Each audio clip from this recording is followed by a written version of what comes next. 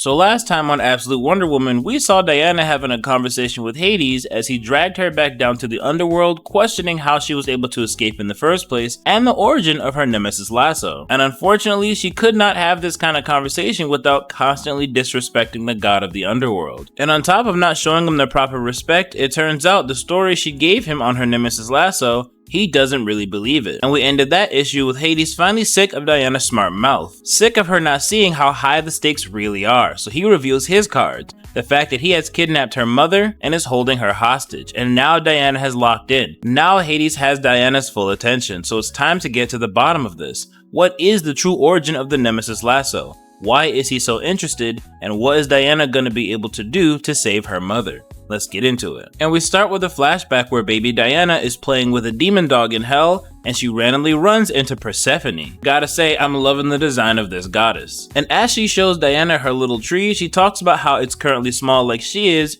but will one day grow into something great. Yet another godlike being hinting at Diana's future. And what makes this tree so special is Persephone explains that when she walks around, life usually follows, but when she's in the underworld, it's the opposite. Things die instantly around her. Yet on occasion, something special happens, something special like this tree. As we see, it's healthy even in her presence, as she takes Diana into her arms and explains her origin and how she's stuck in the underworld. And the way the gods are talked about in the Absolute Wonder Woman comics, you'd think they are pretty bad, but so far the gods that seek retribution, that have been wronged and seek justice, those are the ones that seem to instantly gravitate towards Diana. Even when she was a child like we see here, as Persephone takes her into her arms and tells her stories. And with Prometheus being wronged, he was able to help Diana and seemed more than willing to do so, even going above and beyond by giving her a gift in Pegasus, yet another creature betrayed by the gods, another creature seeking justice. Even when Diana struggled to defeat the Tetracide, she became Medusa, another creature wronged by the gods. So I'm starting to see the trend of justice and how any god that may be seeking said justice or even godlike creatures are definitely on Diana's side. And on top of all of that, Hecate, being the goddess of witchcraft, something Diana and Circe are deeply steeped in, is also on their side. She even gets a blessing from the goddess of justice when trying to free Prometheus. So I'm definitely starting to see it, but let's get back into it as we get to the present and we see Diana is stuck in an arena fighting a creature, while Hades and Persephone watches, but Persephone is certain Diana will come out on top against the Chimera, and that this win would bring shame to Hades. But this battle is interrupted by yet another flashback where we see Circe praying to the goddess Hecate, not for herself, but for Diana. She's given all the offerings and all the prayings, but Hecate just hasn't answered. But because this is for her daughter, she demands to have Hecate's attention, and she actually gets it, as Hecate tells her she's got seconds to explain what she needs. And now we may get the origin of how Wonder Woman was able to escape hell. Because Circe is here to ask Hecate how she's able to do this. How can she accomplish such an impossible task like freeing Diana from hell? And we see that a very delicate and secret plan has been laid out, so secret that she doesn't even give Circe all the details.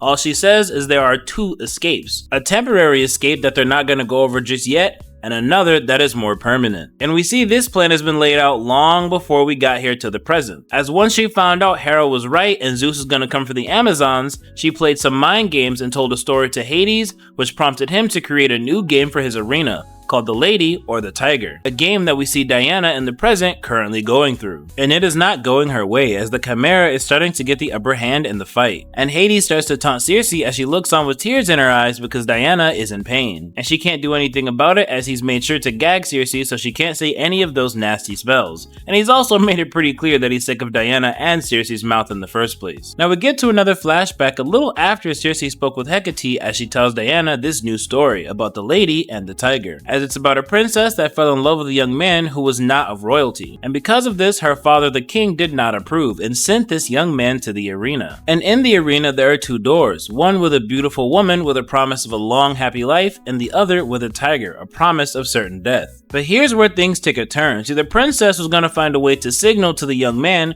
which door to pick so that he doesn't die. But the issue is, she's not the young beautiful woman behind the other door. It turns out to be a rival of hers, someone that is very jealous of her and someone the young man used to also love. So now the choices are to send him to the tiger, since she clearly will not be with this man, or send him to a rival of hers, as she will have to live seeing the man she loves in the arms of another woman. And once the day came for her to tell the young man which door to pick, she ticked her head to one side, and as he walked towards the door, the story ends. So we never really get to see which door she picked and if he lives or dies. Obviously, this ending pissed off Kid Diana.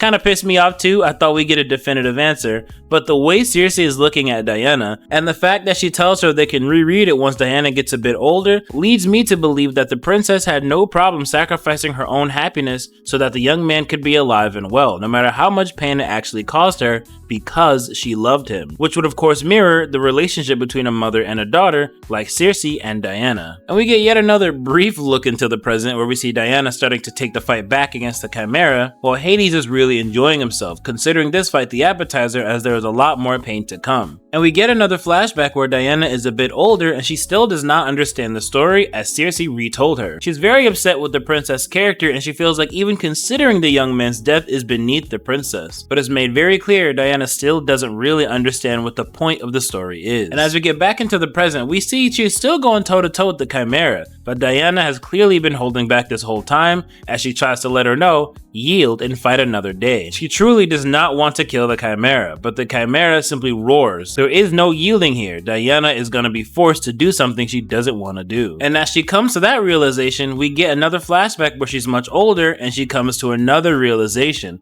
She is not the princess. She finally understands what the story is trying to say. And as we get back to the present, she has officially defeated the Chimera, but she does not want to kill her, as she practically begs Hades not to make her do it. But there's only one of them leaving this arena, and she tells him if he makes her kill this Chimera just for the sport of it, he is not the god she thought he was, and they will be mortal enemies. And this completely pisses off Hades, as he is a god and he feels like she shouldn't be talking to him like this. But she's not playing either, as she then breaks the neck of the Chimera. And this pisses Diana off. Once she lays the Chimera to rest, we see her asking for yet another blessing from the goddess Themis, the goddess of justice. And this blessing is once again answered, as all this power is coursing through Diana and she dares to challenge Hades. As she tells him, Hades, you are no god, no lord, you are a warden of a prison, nothing more, with rage and tears in her eyes. And she becomes so powerful that even Hades doesn't understand what's going on, but she lets him know,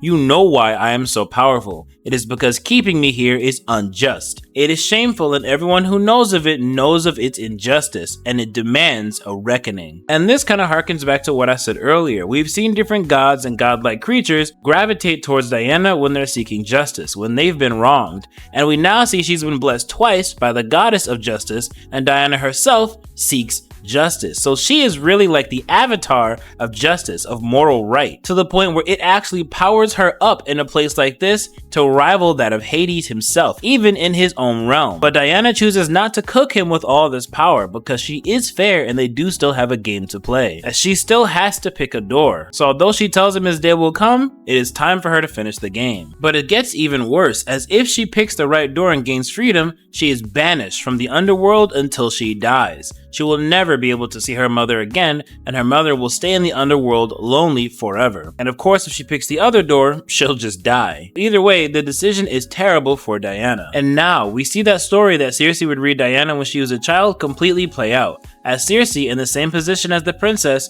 takes her head in almost an imperceptible way so that she can cheat and give Diana the right door, and Diana sees that this truly is the door to freedom. But there's a twist. Instead of simply walking through the door and accepting the fact that she'll never see her mother again, she stops and jumps back up to face Hades, revealing a secret plan. As she tells him on occasion she would eat a diabolical pomegranate seed Persephone gave her, as this ties back into the beginning of the comic, when Persephone told her why she's stuck in the underworld. See, when she was speaking to Kid Diana, she told her of her origin story, and for those of you who don't know, Hades tricked Persephone into eating the pomegranate seeds, and because of that, every 6 months out of the year, she is forced to stay in the underworld with her husband, or really, her captor. But when she told Diana this story, she gave her a choice, and Diana chose to eat some pomegranate seeds so that 1 month out of the year she can come back to the underworld, so that nothing could stop her from coming back to her home, from coming back to her mother. So although Hades wins, and for the rest of the year Diana cannot come back to the underworld,